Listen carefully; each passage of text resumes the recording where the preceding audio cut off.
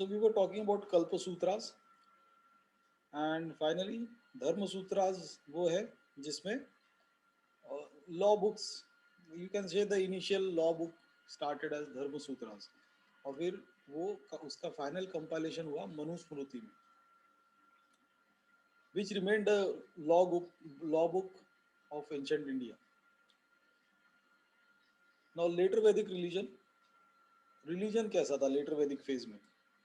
Now towards the end of Vedic age a section of society began to resent priestly domination.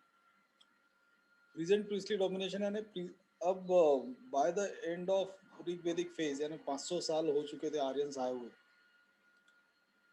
तो जो priestly class था that is ऐसे तो 16 priestly class थे, जिसमें से जो ब्राह्मण प्रीस्टली का क्लास था उसने अपना वर्चस्व बना लिया था बाकी प्रीस्टली क्लास पे और फिर सोसाइटी पर भी. तो अब ये जो इनका डोमिनेशन था that was resented by the rest of the society, specially the Kshatriyas. क्षत्रियों में क्यों था? क्योंकि अब सारी पावर राजे महाराजे वो थे, लेकिन डोमिनेशन इस क्लास का था. तो वो एक मेजर रीजन था कि इन दोनों सेक्शंस के बीच में क्लैश होने का. Now the Upanishads criticize the cult of rituals and sacrifices and laid stress on right belief and right knowledge. Okay, now they emphasized, actually ये जो उपनिषद है ये जो इसमें right belief and right knowledge का जो इन्होंने स्ट्रेस करना शुरू किया है, तो if you see it this way, this period of compilation of Upanishad also coincides with the age of Buddha and Mahavir Jain. तो बुद्धा ने और जैन ने महावीर ने जो भी चीजें, वर्तमान महावीर ने जो भी चीजें बताई और जिसकी वजह से उनकी फॉलोइंग बहुत ज्यादा बढ़ गई, तो it is nothing but the right belief and right knowledge only. So वो एक वे ऑफ लाइफ उन्होंने स्ट्रेस किया और वही उपनिषद ने अपने अंदर लिया, you can say as a reform to the Vedic religion. So Upanishad is nothing but a reformation of Vedic religion. Now they emphasized that knowledge of self, that is Atma, should be acquired and relation of Atma with Brahma, God, should be properly understood. So deeds of one life affected the next, and this gave the theory of karma. तो कर्म theory में ये believe करते थे. कर्म theory का meaning ये होता है कि देर is a belief in rebirth. Okay, तो कर्म थ्योरी का में बिलीफ है रीबर्थ की, और रीबर्थ तुमको ह्यूमन फॉर्म में लाइफ जो मिलती है वो एक रेयरेस्ट ऑफ रेयर चांस होता है ह्यूमन लाइफ मिलने का. एंड अगर तुमने, and human life is in fact the last stage of evolution. Now you can see कि ह्यूमन बीइंग से इवॉल्व दूसरे कोई भी प्राणी नहीं है.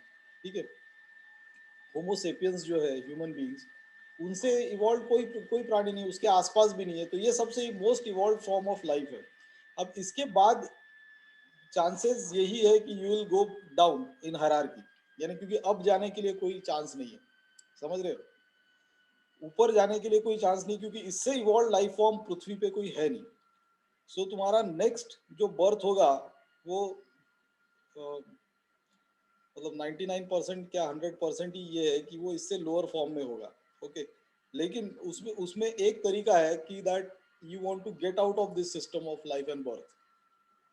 देर is a way to do that, and that is through moksha, जिसको निर्वाण प्राप्त करना बोलते हैं. And that can be only, that stage can only be achieved through meditation. ठीक है, तो बुद्धा ने उसके बारे में स्ट्रेस किया. यानी you basically have to reach a stage of complete equanimity. Equanimity का मीनिंग ये है कि वो स्टेज जहाँ पर तुम्हारी कोई क्रेविंग्स ना रहे, यानी कोई डिजायर्स ना रहे और ना कोई हेट्रेड रहे किसी भी चीज़ के बारे में. तो वो जब एक परफेक्ट स्टेज ऑफ इक्वानिमिटी तुम्हारी रीच हो जाती है तो वही निर्वाण की स्टेज है. और उसके बाद यानी तुमको मोक्ष मिल गया, और तुम्हारी डेथ के बाद you won't be born again in any life form. ठीक है, now in Buddhist literature it is return that Buddha का ये जो फाइनल फॉर्म था, उससे पहले बुद्धा के 550 बर्थ्स थे जो बुद्धा ने देखे, because he was able to reach that perfect stage of equanimity. ठीक है। अब अपरेंटली ये सारी बातें सुन के बकवास लगती है, लेकिन पॉइंट ये है कि ना इसका कोई साइंटिफिक एक्सप्लेनेशन नहीं है, लेकिन कई लोग जो स्पिरिचुअलिज्म और इसमें होते हैं उनका ये कहना है कि साइंस बेसिकली उस लेवल तक अभी पहुंचा ही नहीं है। तो अब कौन सही है कौन गलत है, that is all together a different debate. Okay, so this is basically the Karma theory. और ये कर्मा थियरी भी उपनिषद में बुद्धिज्म और जैनिज्म में से ही आई है। देन द धर्मशास्त्रास, ये जो लॉ बुक्स थी, so dharmashastras are later Vedic age or epic age treatises on ethical and social philosophy. Now they deal systematically with the proper conduct of life and describe social and ethical religious obligations. तो इन्होंने सारे सारे social religious obligations वर्णों के हिसाब से divide कर दिए कि किसने क्या करना है, ये पहले से तय है। So when you are born, the varna you are born into, तुम्हारा ऑक्यूपेशन वहीं से सेट हो गया। भले ही तुम्हारे में एबिलिटी दूसरे कुछ करने की हो, लेकिन तुमको बनना वही है जिस वर्ण में तुम पैदा हुए। तो this basically this system stopped the basically it curbed the human potential in India, and that is why India lagged behind for thousands of years. And no wonder यहाँ पर फॉरेनर्स ने आके इतना राज भी किया। यहाँ पे इस्लामिक इन्वेजन्स हुए, फॉरेन से टर्किश इन्वेडर्स से आने शुरू हुए, फिर 700-800 साल तो उनका राज रहा, उसके बाद ब्रिटिश रूल रहा। उसके पीछे भी इसका एक बहुत बड़ा रीजन है। Now see the point is, वर्ण सिस्टम ने क्या किया, चार वर्णों में बांट दिया। तो अब देश की रक्षा जहाँ आती है, यानी डिफेंस की जहाँ बात आती है, तो वो कौन करेगा? वो क्षत्रिय क्लैन के लोग करेंगे ना। क्षत्रिय जो है, शस्त्र उठाने की परमिशन सिर्फ क्षत्रियों को थी।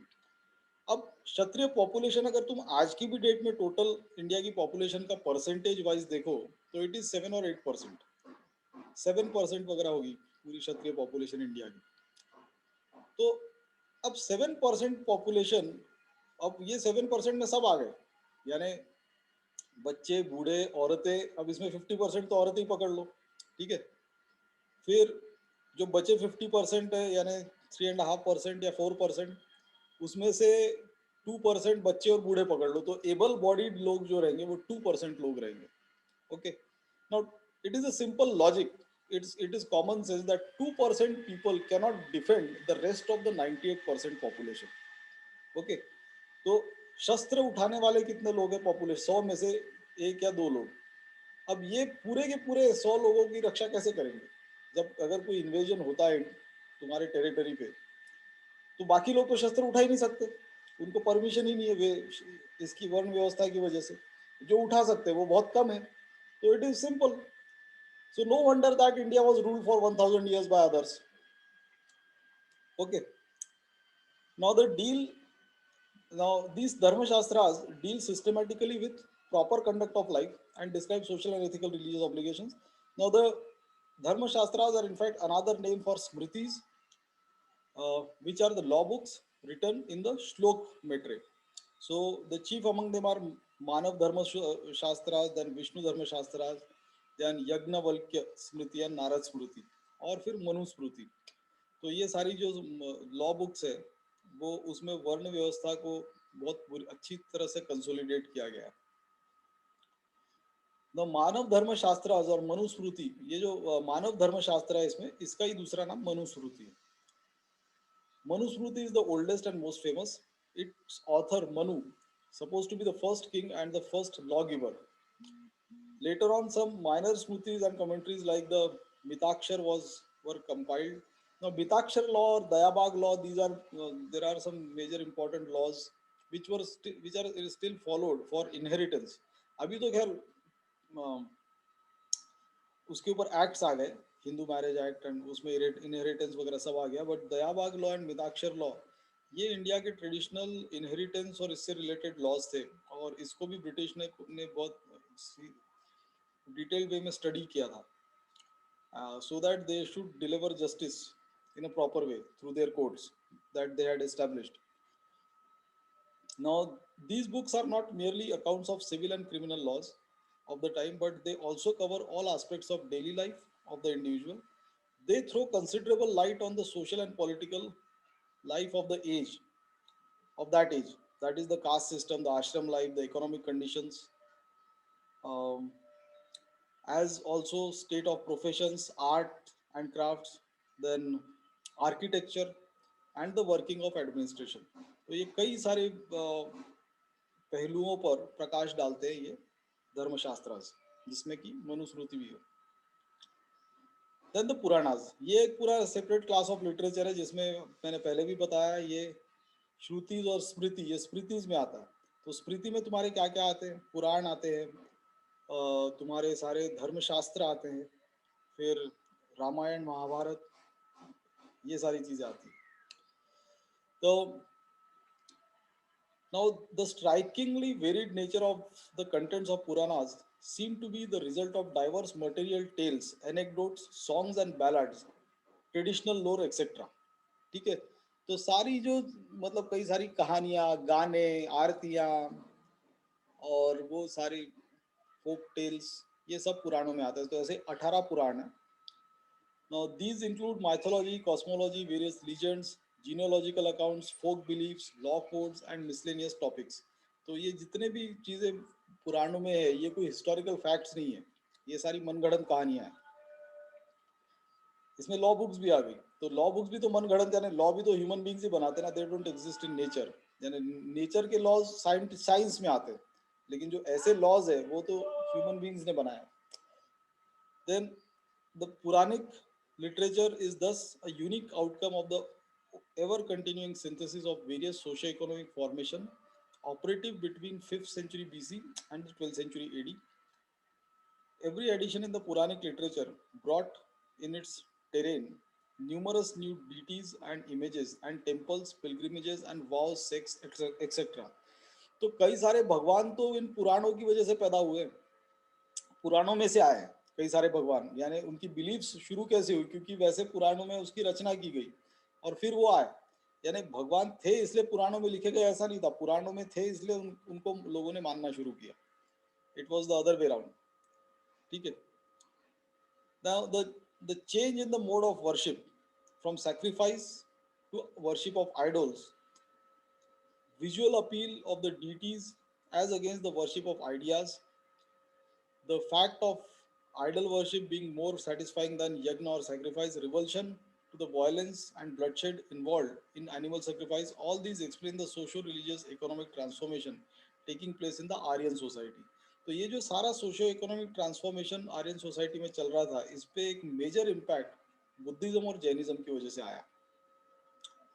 Now the Puranas may be regarded as a unique record of the outcome of continual clash and friction, readjustment and mobilization, conservatism and accommodating spirit of Indian society, keen to come to terms with the evolving ethos. Okay. Okay. Now with this we complete this later Vedic phase. अब इसमें एक चीज, कुछ चीजें थी, जैसे कुछ यज्ञों के बारे में जो हमने किया है, वो एक बार देख लेते हैं। जो हमने लेटर वैदिक फेज के टाइम पे वैदिक एज के टाइम पे स्किप किया था।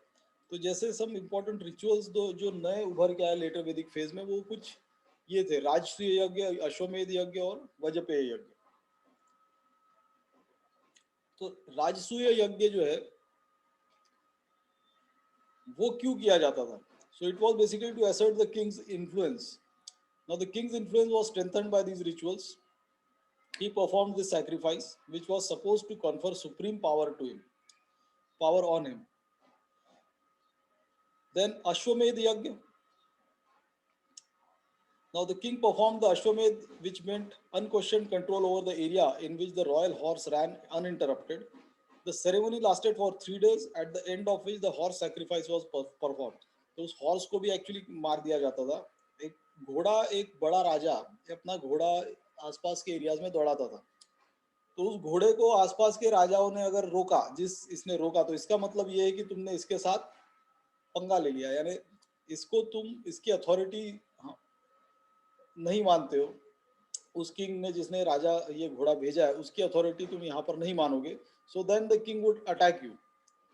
a smaller king.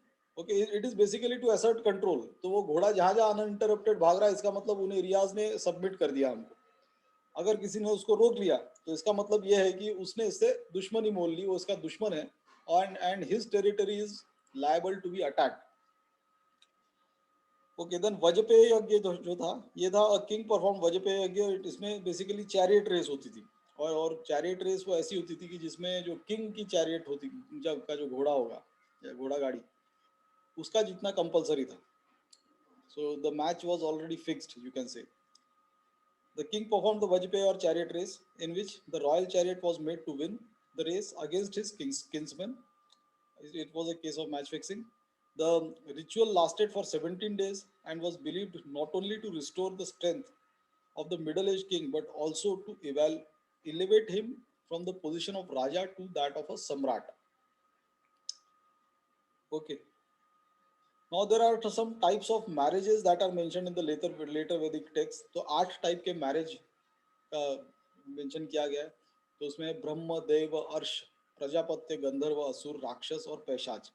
तो उसमें जो ये तीन है, ये तीन फॉर्म्स ऑफ मैरिज है, असुर, राक्षस और Paishacha. They were forbidden, they were not allowed.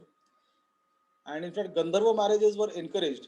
Gandharva marriage मतलब लव मैरिज, ये एनकरेज होता था. इनफैक्ट अभी मॉडर्न सोसाइटी में भी उससे रिलेटेड बहुत सारे प्रॉब्लम होते हैं. Love marriages are even not accepted even today, um, even in educated and urban societies, and especially if it is intercaste. तो लेकिन उस समय ये एक one of the favoured form of marriage था, that bride and groom should choose their partners by their will. और बाकी के मैरिज है जो विच वर सैंक्टिफाइड. ओके, यानी सैंक्टिफाइड का मतलब they were permissible and not only permissible but they were the most accepted form of marriages. तो वो कौन कौन से थे? ब्रह्म मैरिज मतलब marriage of a duly dowered girl to a man of the same class. ठीक है. देन ड्यूली डावर्ड गर्ल यानी डाउरी के साथ उसको विदा किया, अपने ही वर्ण के आदमी के साथ शादी करके. Then Deva marriage, the father gives his daughter to the sacrificial priest as a part of his fee. तो एक्चुअली ये उस फॉर्म में है that basically father gives his daughter to a learned man of good character, और उसने वहाँ पे कुछ पूजा, उनका शुरू से उनका पुरोहित रहा है, तो उसको अपनी बेटी उसके साथ शादी की है. ठीक है, मतलब शादी करवा के दी है उसको, उसकी स्लेव बना के नहीं दी है. देन अर्श marriage, now it was a token bride price. Just a minute.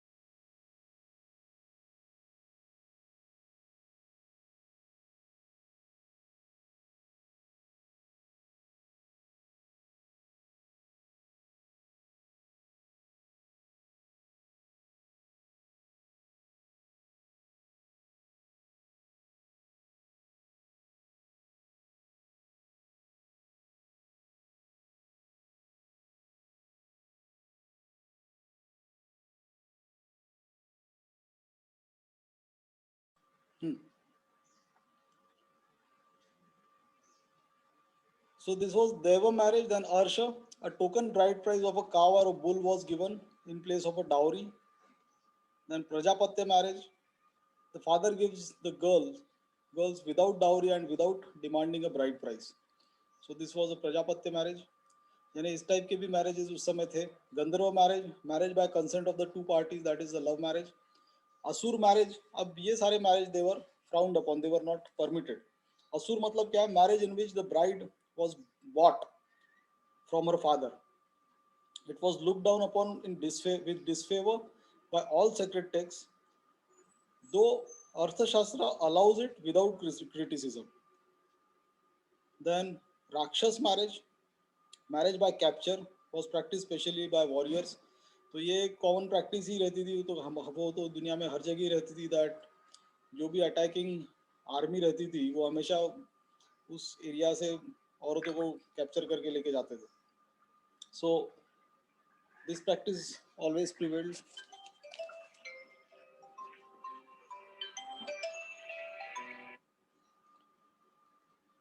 Then Paishach marriage matlab marriage by seduction, by giving someone intoxications and then marrying her.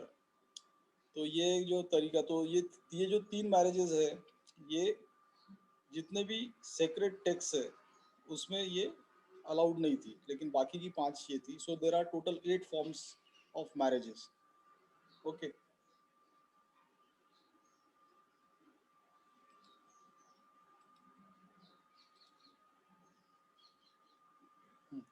Of these 8 forms, the first four are generally approved and were permissible to the Brahmins. Now, Daiva marriage was considered the ideal. Now, the other forms were looked down upon with varying degree of disfavor. Then, Gandharva marriage, with which often might amount to no more than a liaison, was surprisingly respected. ठीक है. तो गंधर्व marriage उस जमाने में love marriage को respected form of marriage कहा जाता था, जबकि आज के मॉडर्न टाइम्स में भी इंडिया में लव मैरिज को इतना फेवर से नहीं देखा जाता. और रूरल एरियाज की तो बात छोड़ी, तो अर्बन एरियाज में भी कहाँ, specially it is if it is intercaste और इंटर रिलीजियस में तो और भी ज़्यादा problem. Now a special form of Gandharva marriage was the swayamvar. Swayamvar मतलब जिसमें जो प्रिंसेस रहती थी, usually swayamvars were arranged only by the fathers of the king. It was arranged by the kings for their daughters. तो इसमें instead of the male choosing a female, the female, that means the daughter would choose her husband. स्वयंवर में ऐसे ही होता था कि वो जिसके गले में हार डालेगी वो उसको पति मानेगी. ओके. तो सीता का भी स्वयंवर हुआ था और कई सारे इसमें स्वयंवर ही हुए हैं. Okay. And then there were some administrative officers, जैसे चीफ प्रीस्ट होता था, senani the leader of the army, vrajapati the officer who enjoyed authority over pasture of ground, Kulapas, the heads of families led by Vrajpati. Now, there was no officers for tax collection, nor we do hear any officers of administering justice. Okay, then spies were employed to watch over anti-social activities like theft and burglary, and the chief received from people voluntary offerings called bali. ठीक है. तो पहले शुरुआत में voluntary offering ऐसा कोई elaborate system of taxation नहीं था, वो धीरे धीरे डेवलप हुआ जब जैसे जैसे सेटल्ड एग्रीकल्चर बढ़ता गया. Okay. So with this we stop, we complete the Vedic period, यानी Rigvedic period and the later Vedic period. And in the next class, in the next session, we'll start with Buddhism and Jainism. So